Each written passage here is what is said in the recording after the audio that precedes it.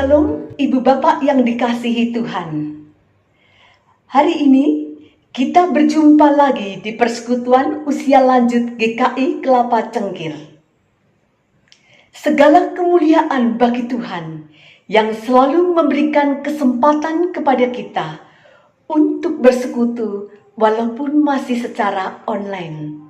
Namun kita percaya bahwa Tuhan tetap hadir, berkarya, dan memberkati persekutuan kita saat ini. Ibu Bapak, marilah kita datang menyembah Tuhan dengan segenap hati kita. Kita naikkan pujian bagi Tuhan dengan penuh sukacita dari lagu PPUL 343, Tuhanku Yesus, Raja Alam Raya.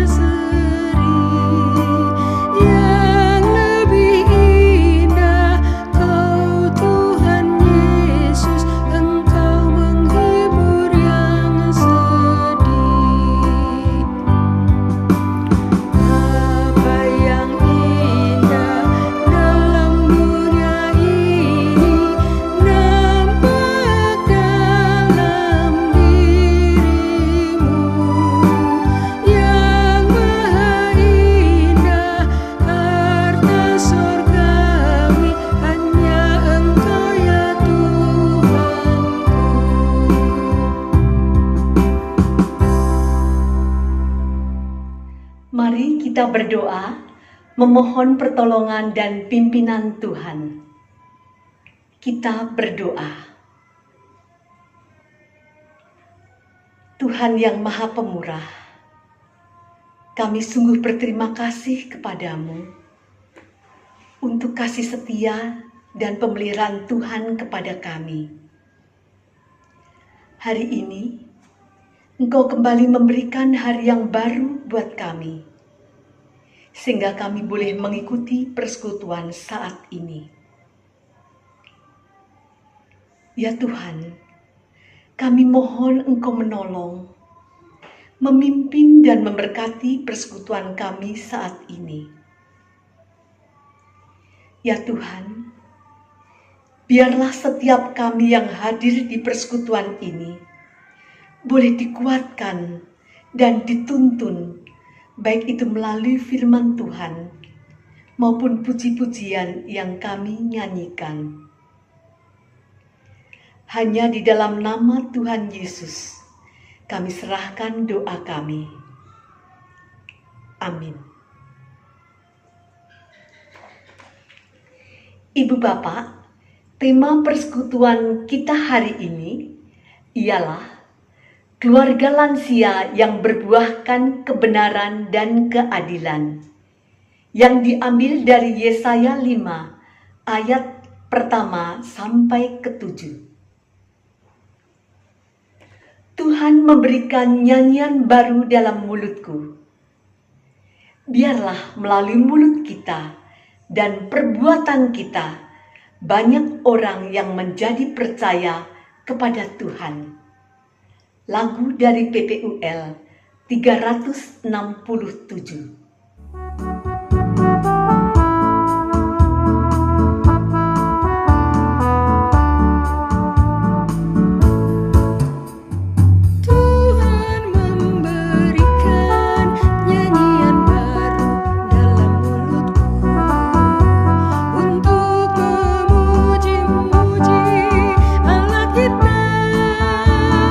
Banyak orang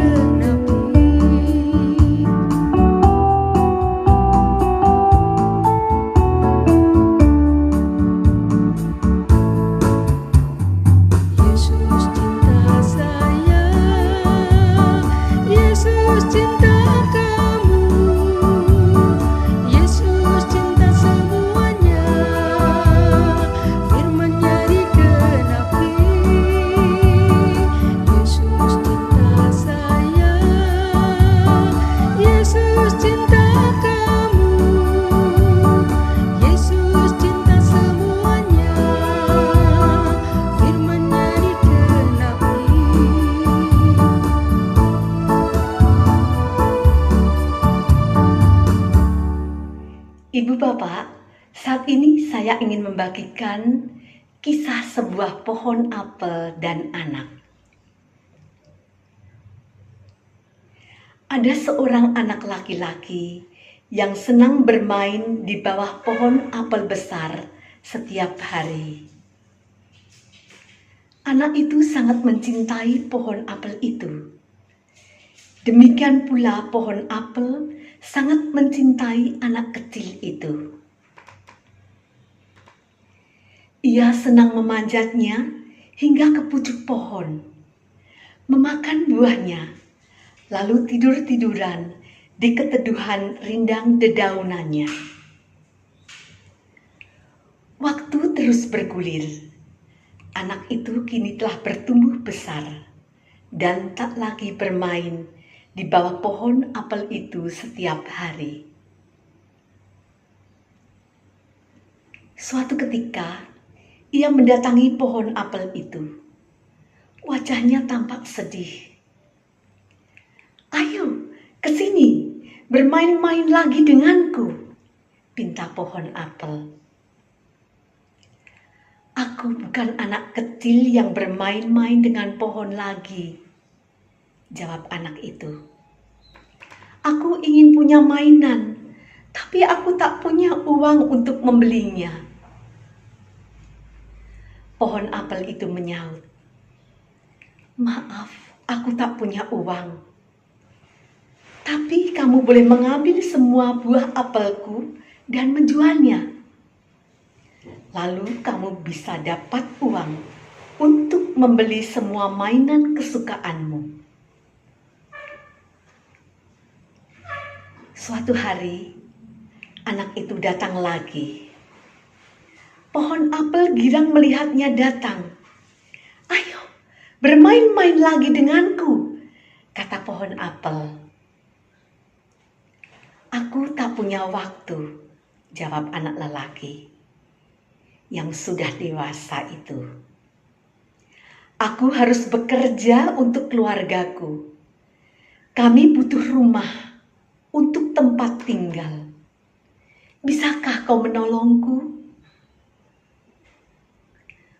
"Maaf, aku pun tak punya rumah.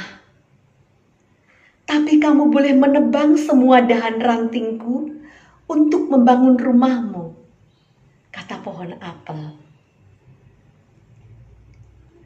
Setelah itu, anak lelaki itu lama tak kembali lagi.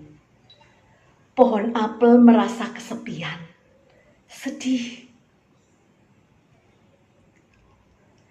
Pada suatu musim panas, anak lelaki itu menampakkan batang hidungnya lagi. Pohon apel bersukacita. "Ayo, bermain denganku lagi," kata pohon apel yang sudah jarang berbuah dan kekurangan dahan. "Aku sedih," kata anak lelaki yang kini telah menua. "Aku sudah tua dan ingin hidup tenang. Aku ingin pergi berlibur dan berlayar saja. Maukah kau memberiku sebuah kapal untuk berpersiar?" "Maaf, aku tak punya kapal. Tapi kau boleh memotong batang tubuhku dan menggunakannya untuk membuat kapal yang kau mau. Pergilah berlayar dan bersenang-senanglah." Ia lalu pergi berlayar dan lama lagi tak kunjung menemui pohon apel. Setelah bertahun-tahun, anak lelaki tadi datang lagi. "Maaf," kata pohon apel itu, "aku sudah tak memiliki buah apel lagi untukmu." "Tak apa, aku pun sudah tak memiliki gigi untuk menggigit buah apelmu," jawab anak lelaki. "Aku juga tak punya batang dan dahan yang bisa kau panjat," kata pohon apel. "Sekarang aku sudah terlalu tua untuk itu. jawab anak. Aku tak punya apa-apa lagi yang bisa aku berikan padamu. Yang tersisa hanyalah akar-akarku yang sudah tua ini dan sekarat, kata pohon apel sambil menitikkan air mata. Aku tak memerlukan apa-apa lagi sekarang, kata anak lelaki. Aku hanya membutuhkan tempat untuk beristirahat, berteduh. Aku sangat lelah setelah sekian lama meninggalkanmu. Oh, bagus sekali kalau begitu. Tahukah kau, akar-akar pohon tua adalah tempat terbaik untuk berbaring dan beristirahat. Marilah berbaring di pelukan akar-akarku dan beristirahatlah dengan tenang. Anak lelaki yang kini berusia senja itu berbaring di pelukan akar-akar pohon. Pohon apel sangat gembira dan tersenyum sambil meneteskan air mata bahagianya. Orang tua digambarkan sebagai pohon apel, yaitu pihak yang selalu terbuka untuk didatangi oleh sang anak. Bersedia memberi, berkorban untuk anaknya. Orang tua Kristen tetaplah orang tua, meski sudah lansia dan anak-anaknya sudah dewasa. Para lansia tetap dibutuhkan oleh keluarga untuk menjadi teladan iman, menopang, mendoakan, dan menjadi tempat berlindung bagi keluarganya.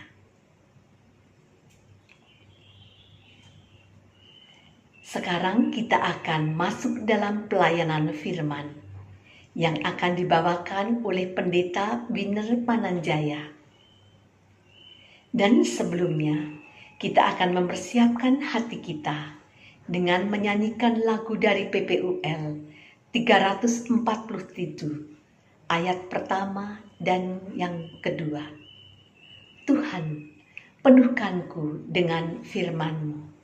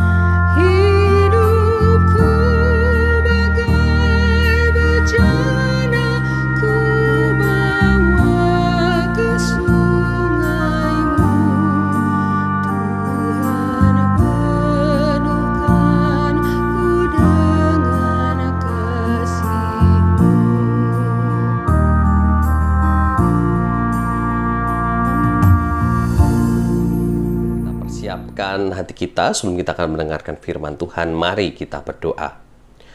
Ya Tuhan, saat ini kami siap untuk mendengarkan firman-Mu. Kami mohon pertolongan Roh Kudus yang menuntun kami supaya kami dapat memahami apa yang menjadi isi dari firman Tuhan, juga kami dapat melakukannya dalam kehidupan kami setiap hari.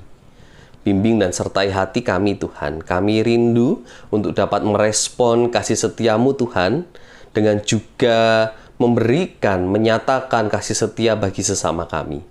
Saat ini Tuhan kami siap. Di dalam nama Tuhan Yesus Kristus kami berdoa. Amin.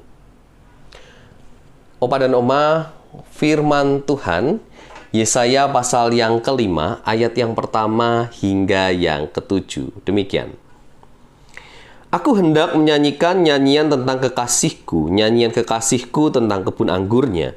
Kekasihku itu mempunyai kebun anggur di lereng bukit yang subur. Ia mencangkulnya dan membuang batu-batunya dan menanaminya dengan pokok anggur pilihan. Ia mendirikan sebuah menara jaga di tengah-tengahnya dan menggali lubang tempat memeras anggur, lalu dinantinya supaya kebun itu menghasilkan buah anggur yang baik. Tetapi yang dihasilkannya ialah buah anggur yang asam. Maka sekarang, hai penduduk Yerusalem dan orang Yehuda, adililah antara aku dan kebun anggurku itu. Apatah lagi yang harus diperbuat untuk kebun anggurku itu? Yang belum kuperbuat kepadanya, aku menanti supaya dihasilkannya buah anggur yang baik. Mengapa yang dihasilkannya hanya buah anggur yang asam? Maka sekarang aku mau memberitahukan kepadamu apa yang hendak kulakukan kepada kebun anggurku itu. Aku akan menebang pagar durinya sehingga kebun itu dimakan habis, dan melanda temboknya sehingga kebun itu diinjak-injak.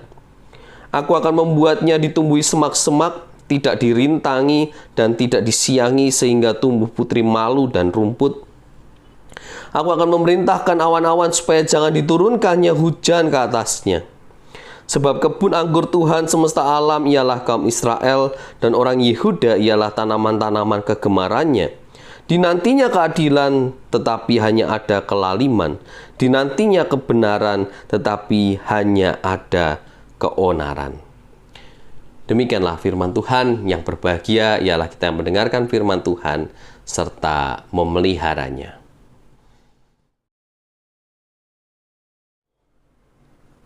Shalom Opa dan Oma yang dikasihi oleh Tuhan. Opa dan Oma, pernahkah kita dikecewakan, kita disakiti oleh orang terdekat kita? Kita menyayangi orang tersebut, kita sayang kepada orang tersebut, tetapi justru orang tersebut menyakiti hati kita. Mungkin kita dibohongi, mungkin kita ditipu, mungkin kita diselingkuhi. Entah itu anak, mantu, cucu, ataupun pasangan hidup kita, Opa dan Oma. Mungkin kita punya pengalaman-pengalaman itu yang sampai hari ini tidak bisa kita lupakan begitu saja. Yang mungkin sakitnya masih membekas di dalam diri kita. Kira-kira seperti itu jugalah, Opa dan Oma, perasaan Allah. Karena umat Israel pada waktu itu melukai, mengecewakan hati Allah. Dan dikatakan di dalam perikop kita tadi, buahnya itu nggak manis tapi asam. Kebun itu sudah dirawat sedemikian rupa, diberikan pemeliharaan yang sangat baik, bahkan dijaga dengan sangat ketat. Tetapi mengapa hasilnya tetap asam, bukan berbuah manis? Orang-orang Israel justru menyembah ilah lain. Mereka dengan mudah juga melakukan pemberontakan kepada Allah, komplain, protes sana-sini, dan juga tega menganiaya sesamanya. Nah inilah Opa dan Oma bagaimana Allah akhirnya juga tidak tinggal diam. Bukankah demikian Opa dan Oma? Apakah lantas kalau kita ini disakiti, dikecewakan, atau orang yang terdekat kita melakukan perbuatan yang salah, ya, lalu kita biarkan, kita tinggalkan, aku pergi saja, aku tinggalkan saja. Nah ini tergantung apakah kita sayang atau tidak. Bukankah kalau kita sayang, kita tidak akan tinggal diam atau meninggalkan begitu saja? Bukankah kalau kita sayang terhadap orang tersebut, gemes rasanya, dan kita rasanya pengen melakukan sesuatu supaya orang tersebut berubah. Apapun mungkin kita coba lakukan, mungkin diawali dari kita ngomong. Wah, kita ngomong sampai berbusa-busa, kok yang nggak berubah-berubah. Wah, kita melakukan cara-cara yang lain. Bahkan mungkin kita selalu doakan orang tersebut. Dan ini mau menunjukkan bahwa sebetulnya tindakan kita dan usaha kita itu merupakan wujud cinta kasih kita kepada orang tersebut supaya orang tersebut berubah. Allah juga sudah melakukan yang baik kepada orang Israel, memberikan yang baik. Wah, tapi kok ternyata mereka, orang Israel, masih tetap menyakiti Allah. Masih suka menyembah berhala. Mungkin lebih sayang kepada ilah-ilah lain daripada Allah yang benar. Namun kita lihat, kalau relasinya itu sebagai orang tua dan anak, opa dan oma, bukankah senakal-nakalnya seorang anak terhadap orang tua, entah ayah atau ibunya, ayah dan ibunya akan tetap menyayangi anak itu. Kita mungkin punya pengalaman bandel-bandelnya anak kita, bukan? Bukankah sebandel-bandelnya anak kita, senakal-nakalnya, sekurang-kurang ajarnya anak kita, tetap kita punya relasi cinta kasih kepada anak kita. Ingat perumpamaan anak yang hilang, ya. Penggambaran Allah yang mengasihi orang Israel, umatnya, seperti anaknya sendiri. Senakal-nakalnya, sebandel-bandelnya, Allah tidak meninggalkan. Allah tetap bersama-sama dengan orang Israel, opa dan oma. Maka menarik kalau kita memperhatikan kitab Yesaya. Kalau opa dan oma sudah pernah membaca keseluruhan kitab Yesaya, opa dan oma akan merasakan bagaimana kitab Yesaya ini selain berisikan penghukuman, tapi juga berisikan pengharapan. Memang kita melihat bagaimana dosa dan kesalahan dan juga keselnya Yesaya terhadap orang-orang Israel yang setelah dikasih tahu berkali-kali tetap saja nggak nurut. Sudah diperingatkan berkali-kali bahwa akan ada kehancuran, bahwa akan seperti ditebang, ya, ditebas begitu ya. Tapi toh ternyata mereka tetap melakukan dosa dan kesalahan. Namun sekali lagi, di balik penghukuman berita bagaimana orang Israel harus menanggung sanksinya atau resiko dari tindakan mereka, juga disuguhkan kepada kita sebuah pengharapan. Gambarannya seperti ini, opa dan oma. Yerusalem lama yang dipenuhi dengan ketidaktaatan, pemberontakan, dan ketidakadilan akan dimurnikan, ya, seperti emas yang kalau dibakar berulang-ulang, ya, prosesnya itu lama-lama akan menjadi emas murni. Demikian juga bangsa Israel di dalam kitab Yesaya mengalami pemurnian ini sebenarnya. Mau dibentuk sampai akhirnya bangsa ini menjadi bangsa yang penuh dengan keadilan. Sebuah Yerusalem baru yang beriman kepada Allah yang benar, penuh dengan keadilan dan kedamaian bagi semua bangsa. Jadi ada pengharapan. Yesaya menggambarkan bahwa Allah yang ke depan yang akan mengasihi, memberikan pengharapan, memulihkan bangsa ini menjadi bangsa yang baru, menjadi bangsa yang penuh dengan pertobatan. Nah, opa dan oma, memang kita berharap keluarga kita ini dapat berbuah kebenaran dan juga keadilan. Namun kita sadar proses itu tidaklah mudah. Bahwa kita mengelola keluarga kita, mendidik keluarga kita, butuh waktu, butuh energi yang panjang. Namun, yang opa dan oma tidak boleh sampai lupa adalah pondasi utamanya. Pondasi utamanya ini bicara soal kasih, Opa dan Oma. Jadi apapun yang terjadi dalam keluarga kita, masalahnya, sakit hatinya, sepanjang pondasinya masih adalah pondasi kasih dan di dalam Yesus Kristus Tuhan kita, maka tidak akan terjadi yang namanya kebencian, dendam. Karena kalau nggak ada pondasi kasih ini, kesalahan sedikit saja itu bisa menjadi kepahitan, itu bisa menjadi kebencian. Ini hal yang fundamental, Opa dan Oma.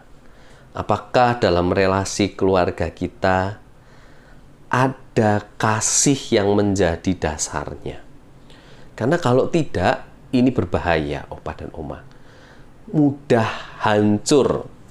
Seperti rumah kalau pondasinya nggak kuat, Opa dan Oma, kena gempa, goncangan sedikit, bisa roboh, Opa dan Oma. Apakah keluarga kita juga memiliki pondasi cinta kasih yang kuat, sehingga di saat menghadapi masalah-masalah, goncangan-goncangan di dalam keluarga kita, kita tetap dapat bertahan?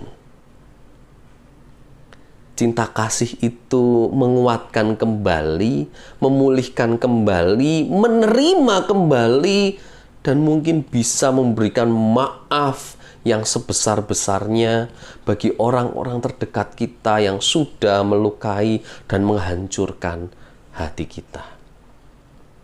Ini menarik, Opa dan Oma. Karena kalau kita juga tidak memaafkan, itu juga akan menjadi racun bagi diri kita. Ini penting. Kalau ada kesempatan, Opa dan Oma, segeralah membuka pintu maaf yang sebesar-besarnya bagi orang-orang terdekat kita, anggota keluarga kita yang sudah melukai kita. Bukalah kesempatan itu. Terimalah kembali. Karena kalau tidak, itu akan menggerogoti kita. Kebencian, dendam, sakit hati itu menggerogoti diri kita. Tidak hanya secara mental, psikis kita, Opa dan Oma, tapi pelan-pelan secara fisik kita. Karena orang itu kalau lagi benci sama orang lain, lagi dendam ya, wah itu pasti tensinya naik, Opa dan Oma. Darahnya tinggi, tekanan, stresnya besar. Kita kepikiran terus, nggak bisa tidur.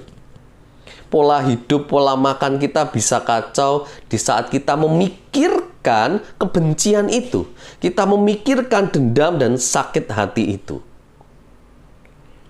Maka daripada disimpan terus nih, lebih baik dilepaskan.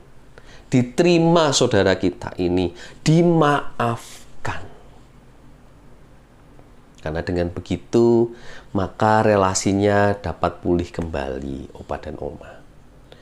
Damai sejahtera akan dirasakan kembali. Mau sampai kapan, Opa dan Oma, kita terus menyimpan rasa benci, kita terus menyimpan rasa dendam itu? Nah, saat kita membuka tangan kita kembali, maka ada kemungkinan buah yang tadinya asam dapat menghasilkan buah yang manis. Buah kebenaran dan keadilan. Nah, bukankah kita sebagai orang tua saat ini juga perlu memberikan keadilan bagi anak-anak kita, bagi cucu mantu kita? Keadilan cinta kasih. Itu penting, Opa dan Oma. Mendapatkan asupan cinta kasih yang cukup. Keluarga kita juga perlu. Nah, saya percaya Opa dan Oma mampu kok menerima kembali, membuka tangan kembali, dan memulihkan relasi yang ada, Opa dan Oma. Mari kita lihat video berikut ini, Opa dan Oma, supaya kita juga teringat kembali akan relasi-relasi yang sudah kita jalin selama ini. Mari kita saksikan.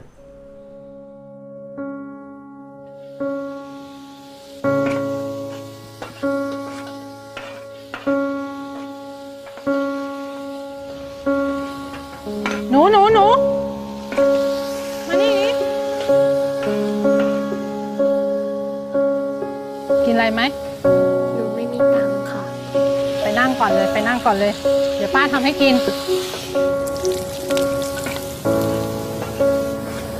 ทำไมป้าใจดีจังอะคะ โอ้ยใจใจดีอะไรกันไอ้แค่ข้าวจานเดียวป้าจะบอกให้นะ มีคนคนหนึ่งอะใจดียิ่งกว่าป้าอีก พลอยเที่ยงแล้วตื่นได้แล้วลูก ถึงแม้เขาจะจู้จี้จุกจิก ลงไปกินข้าว ไม่ดูแลตัวเอง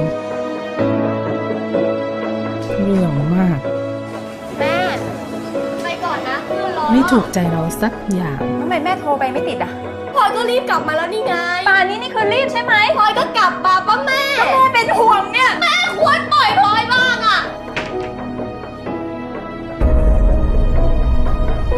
ค่ะข้าวผัดไก่ไข่เจียว ไม่ใส่หัวหอม ป้ารู้ได้ยังไงอะครับว่าหนูชอบอันนี้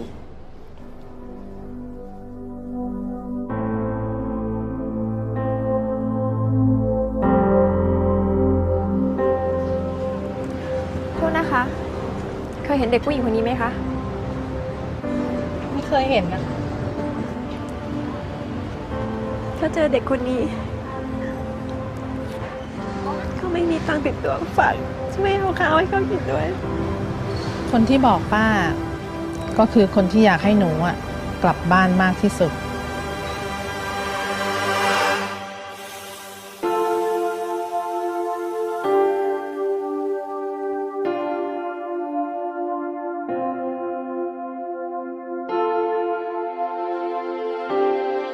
ช่วงนี้ลูกสาวกำลังจะสอบเดี๋ยวอยากให้แกกินของดีๆ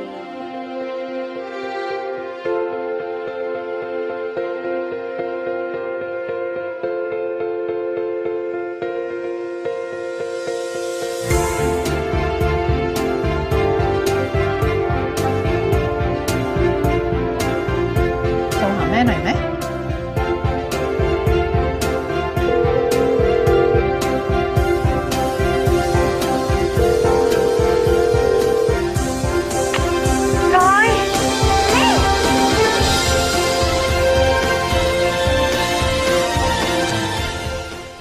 Nah, Opa dan Oma, di video tadi kita bisa melihat bagaimana cinta seorang ibu kepada anaknya. Meskipun anak itu pergi meninggalkan rumah, si ibu terus mencari dengan gigih dan juga tahu apa yang akan didatangi si anak itu. Dan ibu itu melakukan yang terbaik bagi si anak. Saya percaya kok Opa dan Oma bahwa setiap cinta yang sudah kita wujudkan bagi anggota keluarga kita itu juga tidak akan dilupakan oleh anggota keluarga kita.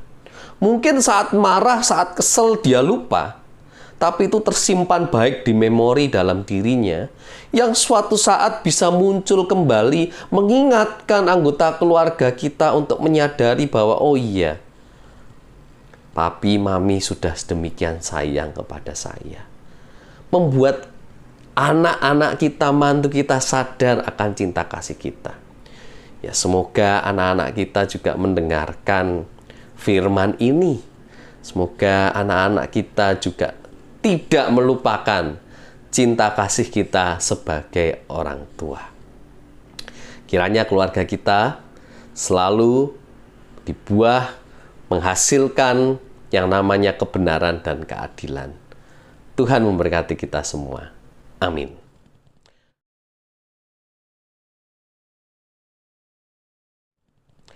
Mari, Opa dan Oma, saat ini kita naikkan doa-doa syafaat kita.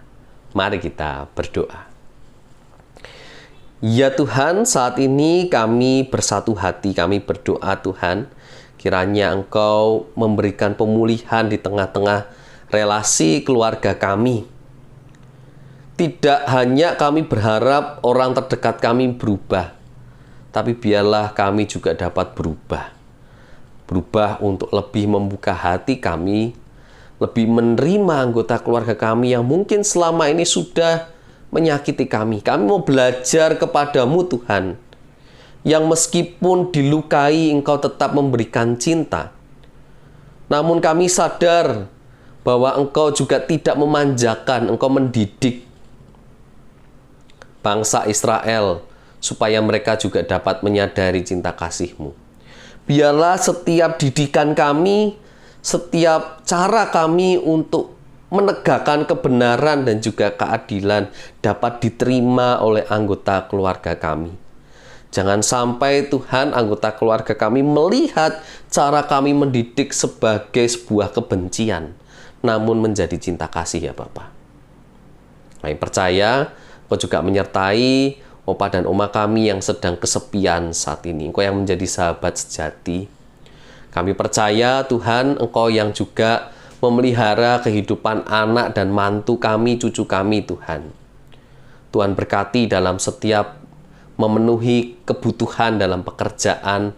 Kami berdoa juga Tuhan di dalam setiap relasi yang dijalin kiranya dapat selalu berjalan dengan harmonis. Dan setiap hambatan, tantangan ke depan, pergumulan yang dihadapi, Engkau pun tidak meninggalkan kami. Dan demikian juga dengan kami sebagai orang tua juga tidak meninggalkan anggota keluarga kami. Terima kasih Bapa. Di dalam nama Tuhan Yesus Kristus kami berdoa. Amin. Terima kasih Pendeta Wiener yang telah menyampaikan firman Tuhan untuk kami semua. Sekarang saatnya kita akan mempersembahkan sebagian berkat Tuhan yang sudah Tuhan limpahkan kepada kita. Ibu Bapak, ada beberapa cara untuk menyampaikan persembahan ini. Yang pertama, seperti biasa, persembahan kita masukkan ke dalam amplop, kita tulis tanggal hari ini. Dan nanti, ketika persekutuan usia lanjut dimulai lagi di gedung gereja, kita akan bawa amplop-amplop persembahan ini dan kita kumpulkan di sana. Yang kedua, dengan cara mentransfer ke rekening Majelis GKI Kelapa Cengkir. Yang ketiga, dengan cara scan QRIS GKI Kelapa Cengkir. Untuk mengiringi persembahan ini, kita akan menyanyikan lagu dari PPUL 306, bait pertama dan ketiga. Sukacita dalam melayani Raja.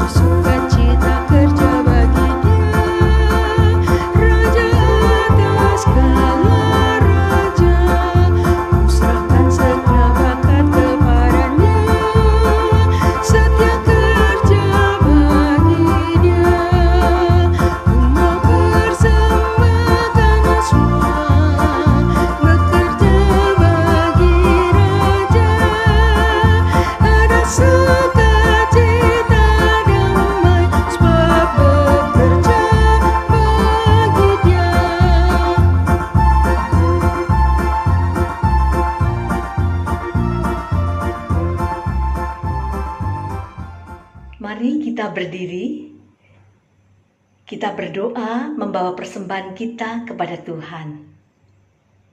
Kita berdoa. Ya Tuhan, terimalah ungkapan syukur kami melalui persembahan yang kami berikan kepada Tuhan. Ya Tuhan, pakailah pemberian kami ini untuk menjadi alat saluran berkat melalui pelayanan gereja kami. Kiranya Tuhan juga berkenan memberkati kehidupan keluarga serta pekerjaan kami. Di dalam nama Tuhan Yesus, kami berdoa dan bersyukur.